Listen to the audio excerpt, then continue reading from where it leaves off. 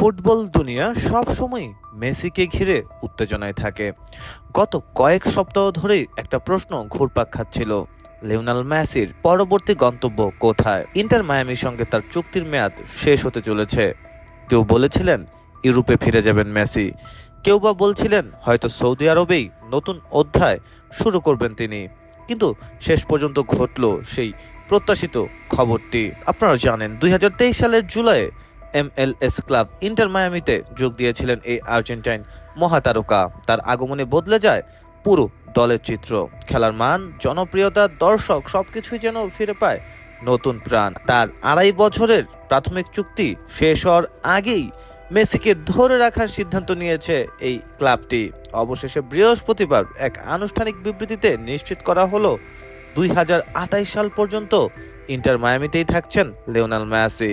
Messi শুধু একজন খেলোয়াড় নন, তিনি ইন্টার মায়ামির স্বপ্নের প্রতীক। তার উপস্থিতিতে বদলে গিয়েছে যুক্তরাষ্ট্রের ফুটবলের ধারা, আর এখন সেই গল্প চলবে আরও বছর চারেক। একই জার্সি, নতুন লক্ষ্য, নতুন ইতিহাস। 2028 সাল পর্যন্ত ফুটবল ভক্তদের হৃদয়ে রাজত্ব করবেন লিওনেল মেসি।